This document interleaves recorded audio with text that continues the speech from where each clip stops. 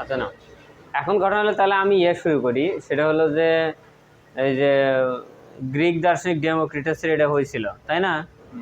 তারপরে আমরা পড়ি যে অ্যারিস্টরাকাস সূর্যকেন্দ্রিক ধারণা দেয়, এখান থেকে শুরু করি। ঠিক আছে, এই বিষয়টা নিয়েও আমাদের ভিতরে বিশাল একটা ঝামেলা সৃষ্টি আছে, যেটা মনে করো যে সেই সময় থেকেই। ঠিক আছে, শোনো, আমি যে সিরিয়ালে তোমাকে যে পড়াবো, সিরিয়ালে একের পর এক পড়ায় যে বুঝে দেবো, তাহলে বুঝবে না। কারণ ওই যে আজ থেকে 1500-2000 বছরের ইতিহাসের সাথে বর্তমান ইতিহাসের সম্পর্ক আছে, ওই ঘটনার সাথে এই ঘটনার সম্পর্ক আছে। যেটা আমরা গতদিন পড়ছিলাম হলো এই ডেমোক্রিটাসের সাথে ডাল্টনের সম্পর্ক। দেখো, ডেমোক্রিটাস ছিল সেই ঈসা আলাইহিস সালাম জন্মের প্রায় 300 বছর আগেকার বিজ্ঞানী, আর ডেমোক্রিটাস সম্প্রতি প্রায় আমাদের সে সময় থেকে 200 বছর আগেকার বিজ্ঞানী। তাহলে চিন্তা করো, তাহলে মাঝখানে পার্থক্য কত? প্রায় 2000 বছর পর্যন্ত মনে করো যে মানুষ শুধু ওই চিন্তা ভাবনাটাই করছে। ঠিক আছে, কিন্তু পরবর্তীতে তো ডেমোক্রিটাস সেটাকে ভুল প্রমাণিত করে, মানে ডেমোক্রিটাসের কথাটাই যে সঠিক সেটা তো প্রমাণিত হয়েছে ডাল্টনের দ্বারা। ঠিক আছে, এই একই ঘটনা ঘটে হচ্ছে সূর্যকেন্দ্রিক ধারণার ক্ষেত্রে। সূর্যকেন্দ্রিক ধারণাটা কি সেটা আগে দেখো। তাহলে আমাদের সেই প্রথমের যে ঘটনাটা ছিল যে আমাদের এটা যদি 0 ধরি, আর এটা হলো তাহলে কত? পূর্ব, তাই তো? আর এটা হলো 570, আর এটা হলো 1000, আর বর্তমানে হলো কত? 2024, তাই তো? আচ্ছা, এখন দেখো এই ইয়ার লাস্টের দিকে দেখো একটা কথা আছে, সেটা হচ্ছে যে অ্যারিস্টরাকাস বা সূর্যকেন্দ্রিক ধারণা, যেটা ঠিক আছে, সূর্যকেন্দ্রিক ধারণার বিষয়টা একটু ভালোভাবে মাথাতে গাইতে নাও। এটা কিন্তু বিশাল একটা ঝামেলা, কারণ এই ইতিহাসের দ্বিতীয় পার্টটা আমাদের পরের পৃষ্ঠাতে আছে। ঠিক আছে, আমরা এটার সাথে ওইটার সম্পর্কটা বলে দেব। ইতিহাস কিন্তু ভুলে গেলে কিছু করার নাই। ঠিক আছে,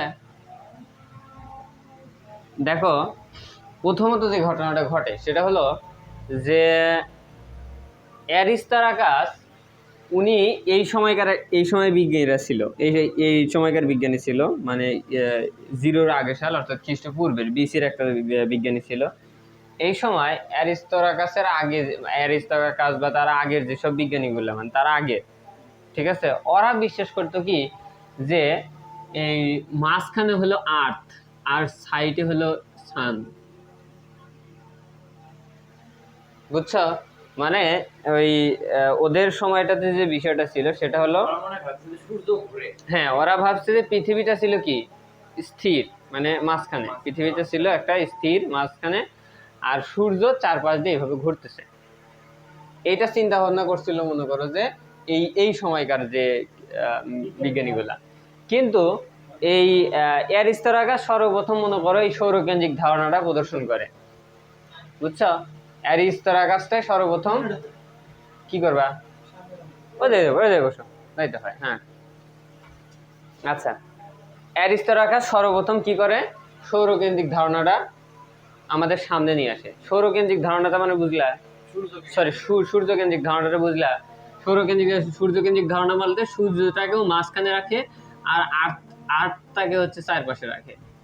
উনি বলে যে সূর্য হচ্ছে মাঝখানে স্থির। ঠিক আছে, সূর্য মাঝখানে কি স্থির, আর পৃথিবীর চারপাশ দিয়ে এভাবে ঘুরতেছে। ঠিক আছে, কিন্তু এই ঝামেলাটা যখন মনে করো এদের সামনে আসে, তখন দেখো দুইটা মতভেদে হয়ে গেল না? দেখো তো, দুইটার ভিতরে মত পার্থক্য সৃষ্টি হয়ে গেল না? একটা বিষয় মনে রাখো, প্রচলিত সমাজ ব্যবস্থার বিরুদ্ধে যাওয়া মানে কিন্তু বিশাল একটা সমস্যার সৃষ্টি হয়। যে ঘটনাই ঘটুক সেটা সত্য হলেও প্রচলিত সমাজ ব্যবস্থার বিরুদ্ধে যাওয়া মানে, স্রোতের বিপরীতে চলা মানে কিন্তু বিশাল একটা বিষয়। ঠিক আছে, যে তুমি নদীর ভিতরে যদি মনে করো যে একটা ধরো একটা বোতল, খালি বোতলকে তুমি যদি মনে করো যে এই বোতলটা মনে করো আমি নদীর ভিতরে এইভাবে মনে করো ফেলে দিলাম, কোন দিকে যাবে বোতলটা? তাই কথা, হ্যাঁ, যদি খালি হয় তাহলে স্রোতের সাথেই মনে করো যে স্রোত যেদিকে যাচ্ছে সেদিকে যাচ্ছে। এভরিথিং, যে পাতলা বস্তুকেই তুমি সমুদ্রের ভিতরে নদীর ভিতরে দাও, সেটা কিন্তু স্রোতের দিকেই চলে যাবে।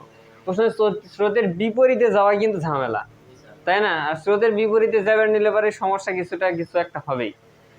সো বর্তমান সমাজ ব্যবস্থা বলো আর আগের সমাজ ব্যবস্থা বলো, মানে আগের সমাজ ব্যবস্থা ছেড়ে দিয়ে যাও, এই স্রোতের, এই যে একটা স্রোত, এই স্রোতের বিপরীতে চলা মানে একটা ঝামেলা। তখনকার সমাজের লোকজন মানে নিত এটা, তাই তো? অ্যারিস্টোক্রাট যখন এইটাতে আসলো তখন কি ঝামেলার সৃষ্টি হলো এখন বোঝো। স্রোতের বিপরীতে গেছে, তাহলে অবশ্যই ওকে মনে করো মানুষজন সেভাবেই সাইজ করবো যে এই তুমি এমনি একটা ছড়ায়ও না আমাদের ভিতরে, তাই না? কিন্তু ওই ঘটনাটাই যদি মনে করো ভবিষ্যতে সত্য প্রমাণিত হয়, তখন কিন্তু তাকে আমরা ঠিকই মাথায় তুলে নাচবো। ঠিক আছে? তো এখন ঘটনা হলো দেখো, পরবর্তীতে এরকম আবল টাবল করতে করতে অ্যারিস্টোক্রাট চুপচাপ হয়ে যায়, চুপচাপ থাকে, আর এও আর খুব একটা বেশি কিছু কয় না, সবকিছু মিলে একটা পরিস্থিতি এরকমই থাকে। থাকার কি পরবর্তীতে ইতিহাস আর ইউরোপের ইতিহাসটা পাওয়া যায় না, ওইদিকে গ্রিকরাও ভাঙে টাঙে পড়ার পরে সমস্ত কিছু বাদ যাওয়ার পরে দেখা গেল যে ইউরোপের ভিতরে আবার যখন মনে করো যে এই বিজ্ঞানীদের আবির্ভাব হওয়া শুরু করে, তখন বিজ্ঞানী জারদ্রো ব্রুনো, ঠিক আছে, ব্রুনো, কি বিজ্ঞানী জারদ্রো ব্রুনো, ব্রুনো এখন এ করে কি, এ যে কাজটা করে সেটা হলো মূলত এই বিষয়টাকে নিয়ে একটু বেশি মাতামাতি করে, মানে ও বলেই দেয় যে এটাই সত্য, এটা এটা এটা মিথ্যা, এটা হবে না, এটাই সত্য। যখন এটাকে সত্য বলে মনে করো ও সামনে ওরা নিয়ে আসে, ঠিক সেই সময়ই মনে করো যে সমস্ত লোকজন ওকে ধরে জীবন্ত আগুনে পুড়ে মেরে ফেলে দেয় যে ও এই কথাটা বলছে, বুঝছো? হ্যাঁ, এই কথাটা বলার পরে মনে করো যে আসে কি, যে এটা যাজ্ঞবল্ক্য যখন এই কথাটা বললো তখন বুঝতেছে যে হ্যাঁ না, তাহলে যাজ্ঞবল্ক্য আবার একই সমস্যার সৃষ্টি করছে। যাজ্ঞবল্ক্য কিন্তু বেশি দিনের কেন না, 400 বছর আগে, হ্যাঁ, এইভাবে আগুনে পুড়ে মেরে ফেলে।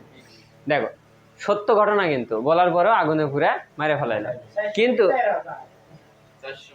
মানে যাজ্ঞবল্ক্য বেশি দিন কেন না, এরা তো সেই দেখো তুমি যাজ্ঞবল্ক্য যে 1600 শতকের এদিককার বিজ্ঞানী, ঠিক আছে?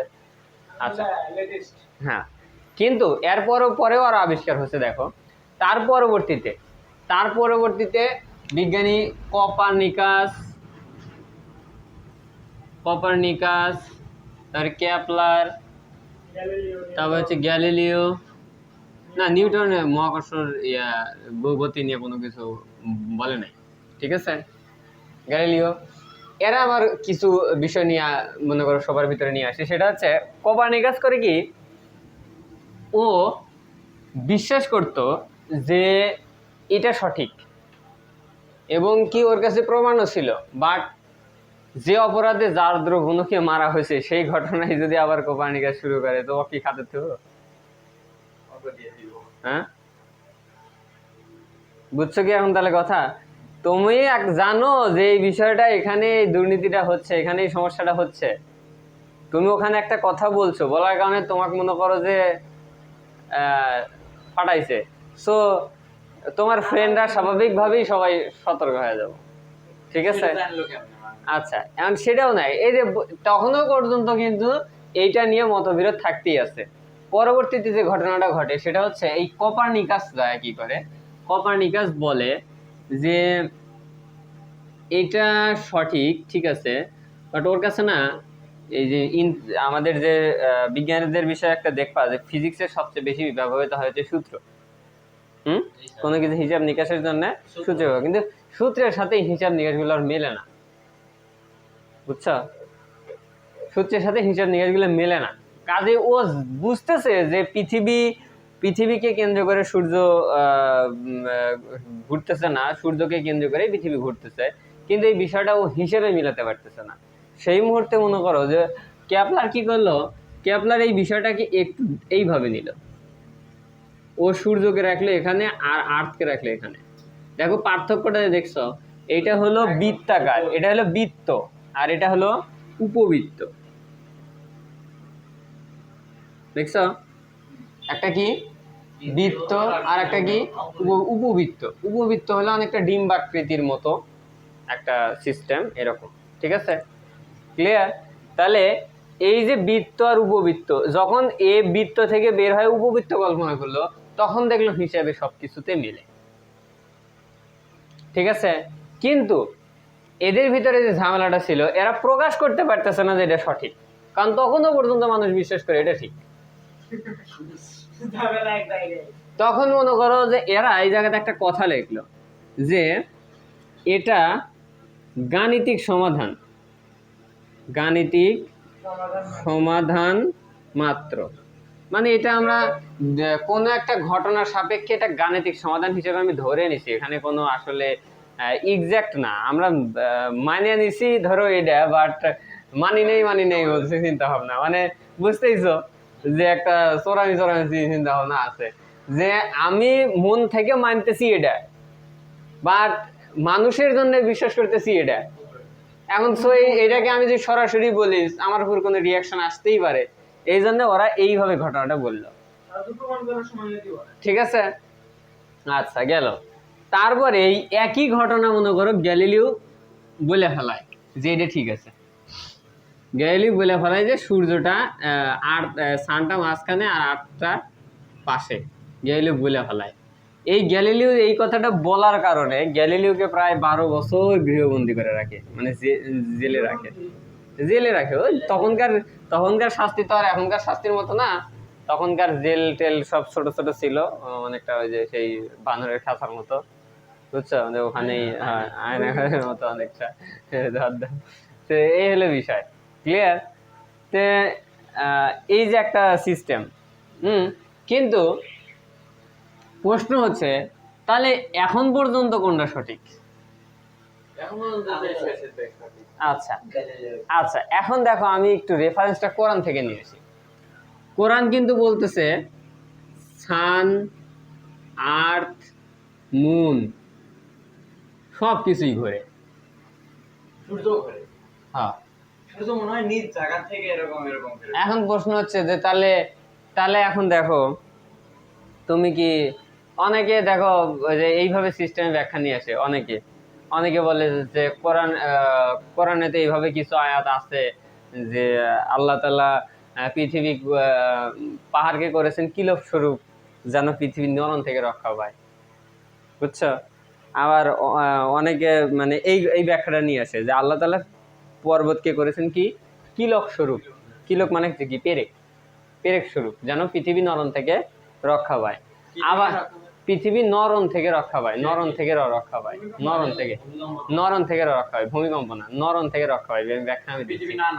হ্যাঁ আচ্ছা, আর পরে আবার একটা আয়াতে বলা হচ্ছে যে সূর্য চন্দ্র প্রত্যেককে আবর্তন করছে নিজ নিজ কক্ষপথে, মেবি সূরা আম্বিয়ার 21 আর 33 নম্বর আয়াত, ঠিক আছে। তারপরে একবার শিওর হওয়া লাগবে, না থাকলে আশেপাশে পড়লেই হয়ে যাবে, দেখবো ওইটুকের ভিতরেই আছে।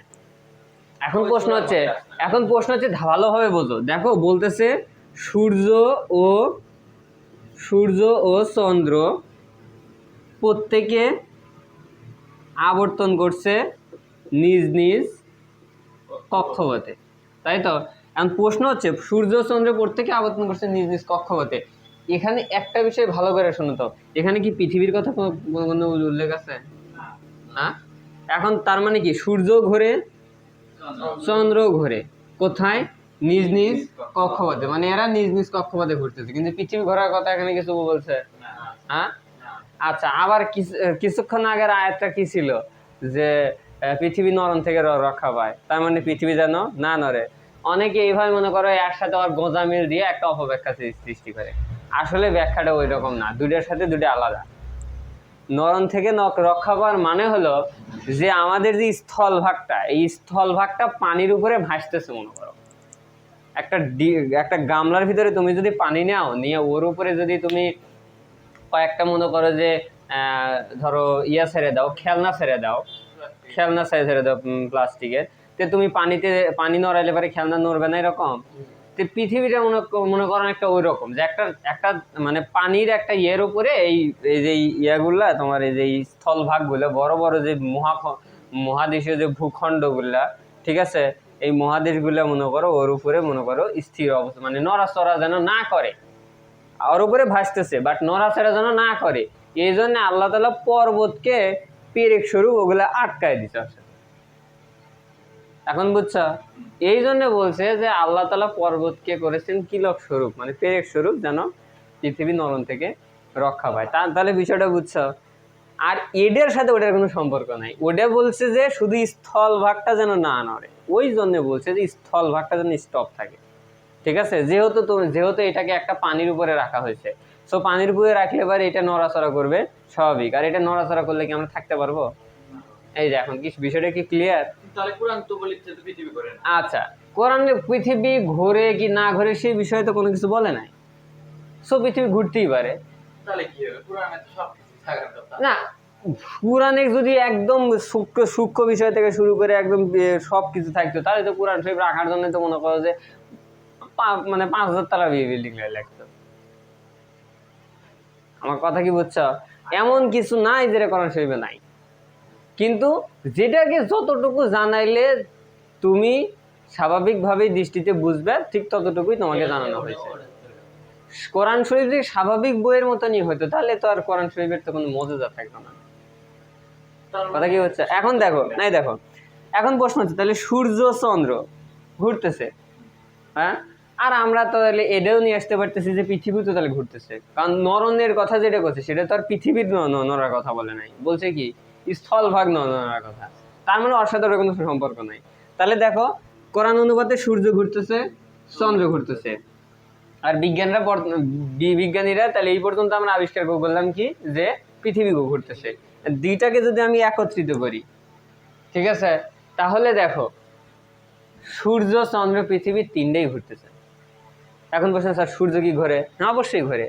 সূর্য নিজ অক্ষে, মানে যে নিজ অক্ষে এইভাবে 25 দিনে একবার ঘোরে, নিজ অক্ষে 25 দিনে একবার ঘোরে।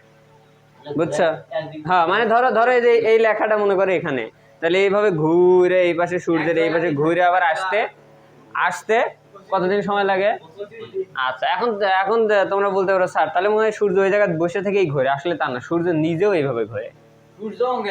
সূর্য এইভাবে ঘোরে। সূর্য আমাদের যে মিল্কি ওয়ে গ্যালাক্সির কেন্দ্রে যে তোমার ব্ল্যাক হোলটা আছে, সেই ব্ল্যাক হোলটার নাম হচ্ছে স্যাজিটারিয়াস এ। এই স্যাজিটারিয়াস এ কে কেন্দ্র করে 20 কোটি বছরে একবার প্রদক্ষিণ করে। অর্থাৎ বিষয়টাকে যদি একদম তুমি জটিল ভাবে ধরো, এই যে এইটা ধরে নাও যে এটা একটা ব্ল্যাক হোল, এইটাকে কেন্দ্র করে সূর্য ঘুরতেছে এইভাবে 20 কোটি বছরে এইভাবে ঘুরে যে একবার আসবো। সেই সূর্যের কেন্দ্র, এই সূর্যের সাথে কেন্দ্র করে পৃথিবী ঘুরতেছে, সেই পৃথিবী কেন্দ্র করে চাঁদ ঘুরতেছে। তাহলে যে সূর্যতে ঘুরছে, সূর্যের সাথে সাথে পৃথিবী আসছে, তার মানে পৃথিবীও হ্যাঁ, আবার পৃথিবী কেন্দ্র করে আবার চাঁদ ঘুরতেছে। সো প্রত্যেককে কেন্দ্র করে ঘুরতেছে। ব্ল্যাক হোল এক জায়গায়। এখন না ব্ল্যাক হোলটা যে এক জায়গায় সেটাও আমি বলতে পারতেছি না, কারণ ব্ল্যাক হোল নিয়ে আমাদের ডিটেলসে আমরা এখনো পর্যন্ত মানে বিজ্ঞান মহল থেকে এত ইনফরমেশন আমরা পাই নাই যে ব্ল্যাক হোলের ভিতরে এটা আছে, ব্ল্যাক হোল এটা দ্বারা তৈরি।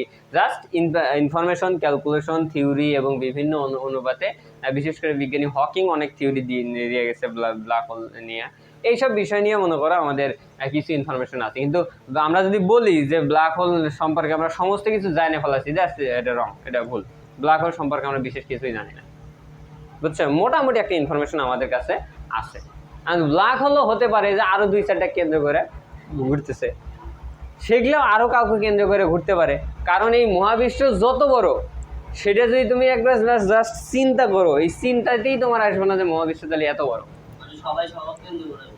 বিষয়টাই এমন যে ধরো সারা আসমানে যতগুলো তুমি তারা দিয়ে দেখতেছো, ধরো তুমি দেখতেছো, প্লাস তুমি দূরবীক্ষণ যন্ত্র, হাবল টেলিস্কোপ নিয়ে এসো, তোমার জেমস ওয়েব টেলিস্কোপ নিয়ে, সব কিছু মিলে অনেক দূর দিয়ে যেটা দেখতেছো, এটাকে বলে অবজারভেবল ইউনিভার্স। মানে তুমি যেটাকে অবজার্ভ করতে পারতেছো, এইটার বাইরেও আরো অনেক কিছু আছে। অবজারভেবল ইউনিভার্সটা মূল ইউনিভার্সের কত অংশ জানো?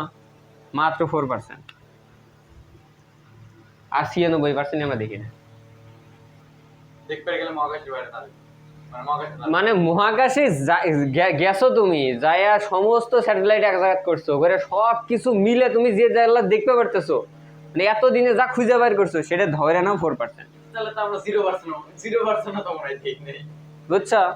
শুধুমাত্র তুমি কি মনে করছো এই প্রত্যেকটা সূর্যকে, মানে আমাদের এই সৌরজগৎটাই খালি এই স্যাজিটেরিয়াস একে কেন্দ্র করে ঘুরতেছে? অনেকটা ওরকম না।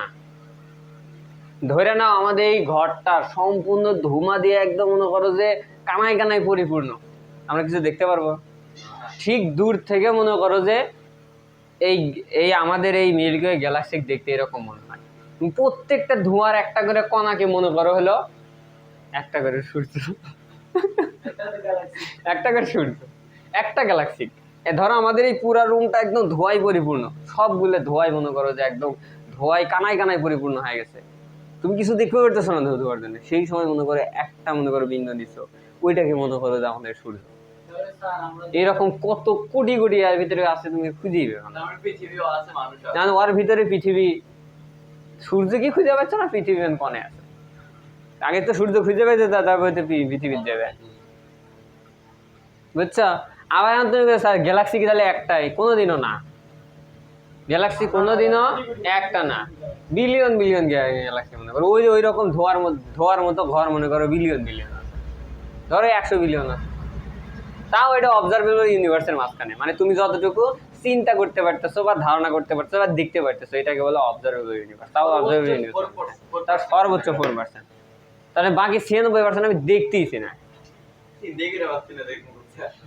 এখন শুধু ঘটনাটা এখানেই না, ঘটনাটা আরো আছে। সেটা হলো মহানবী সাল্লামের একটা হাদিস অনুবাদে আমরা দেখো কত সুন্দরভাবে তিনি একটা ব্যাখ্যা দিয়ে গেছে আমাদের। সেটা হলো যে তিনি যখন প্রথম আসমান থেকে দ্বিতীয় আসমানে, মানে দ্বিতীয় আসমানে যাওয়ার সময় মাঝখানে জিবরাইল আলাইহিস সালামের সাথে যখন যাওয়ার সময় ওই প্রথম আসমান থেকে দ্বিতীয় আসমানে যাওয়ার জন্য যে দরজা, ওই দরজার ওখানে গেলে পরে জিবরাইল আলাইহিস সালাম ওখানে দরজায় ঠোকা দিলে পরে বলে, ফেরেশতা বলে কে আপনি? বলে আমি জিবরাইল।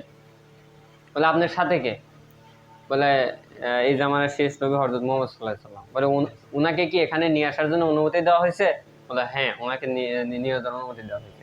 তখন দরজা খুলে দেয়, ঠিক আছে। যাওয়ার পরে উনি এইভাবে আরো 7টা আসমান ধীরে ধীরে ধীরে ধীরে মনে করো যে পার হয়ে যায়। প্রশ্ন হচ্ছে যে উনার একটা হাদিস মতে যে আমি যা দেখলাম যে আল্লাহ তাআলার প্রথম আসমানের তুলনায় দ্বিতীয় আসমান এত বড়, ঠিক যেমন সাহারা মরুভূমির ভিতরে একটা আংটি হেরে, বিশাল একটা মরুভূমির ভিতরে, আমাদের পৃথিবীর সবচেয়ে বড় মরুভূমির নাম হলো সাহারা মরুভূমি।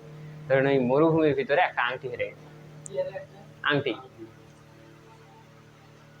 এখন বলছে স্যার একটা মরুভূমি কত বড়? ধরে না একটা মরুভূমি মনে করো যে ইয়ার সমান, ধরো আমাদের এই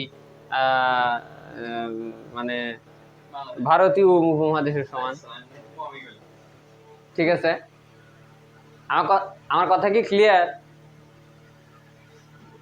আচ্ছা,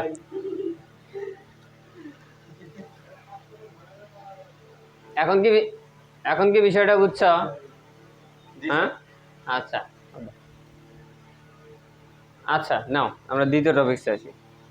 কিন্তু এখন প্রশ্ন হচ্ছে, দেখো তুমি সূরা আর রহমানের ভিতরে একটা আয়াত পাবে, সেটা হলো যে এখানে একটা বিষয় তোমাদের ভিতরে ইন্ডিকেট করা, মানে আমাদেরকে আল্লাহ তাআলা বলে দিয়েছে, হে জিন ও মানব জাতি, তোমরা যদি পৃথিবীর সীমানা অতিক্রম করতে চাও তাহলে অতিক্রম করতে পারো, কিন্তু নিশ্চয়ই তোমরা তা পারবে না ছাড়পত্র ব্যতীত।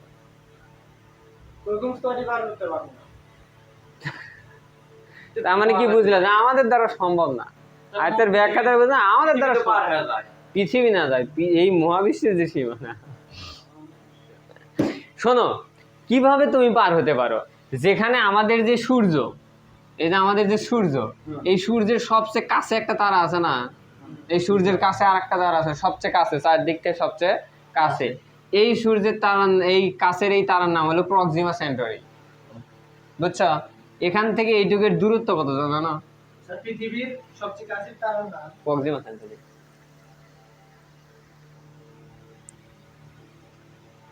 আচ্ছা, আবার দেখো, আবার আর একটা ঘটনা। সেটা হলো যে ধরো আমি এই ঘরটাকে কি কল্পনা করলাম? একটা গ্যালাক্সি কল্পনা করলাম। আবার মনে করো যে রাস্তার ওই পাশে আর একটা ঘর আছে, ওইটাকেও আমি মনে করো যে ওই ধোঁয়া দেওয়া পূর্ণ করি, তাহলে ওইটাও আলাদা একটা গ্যালাক্সি। এইভাবে আশেপাশে মনে করো আরো কয়েকটা গ্যালাক্সিকে আমি স্থান দিলাম, তাহলে নিশ্চয়ই আমার এই গ্যালাক্সির থেকে আশেপাশে গ্যালাক্সিগুলো এরকম হবে, মানে সবচেয়ে কাছে একটা গ্যালাক্সি হবে তো এরকম, তাই না? সবচেয়ে কাছের গ্যালাক্সির নাম হলো অ্যান্ড্রোমিডা গ্যালাক্সি। আমাদের গ্যালাক্সির সবচেয়ে কাছের গ্যালাক্সির নাম কি? Andromeda Galaxy. অ্যান্ড্রোমিডা আমাদের গ্যালাক্সি থেকে আমাদের কাছের গ্যালাক্সি অ্যান্ড্রোমিডা।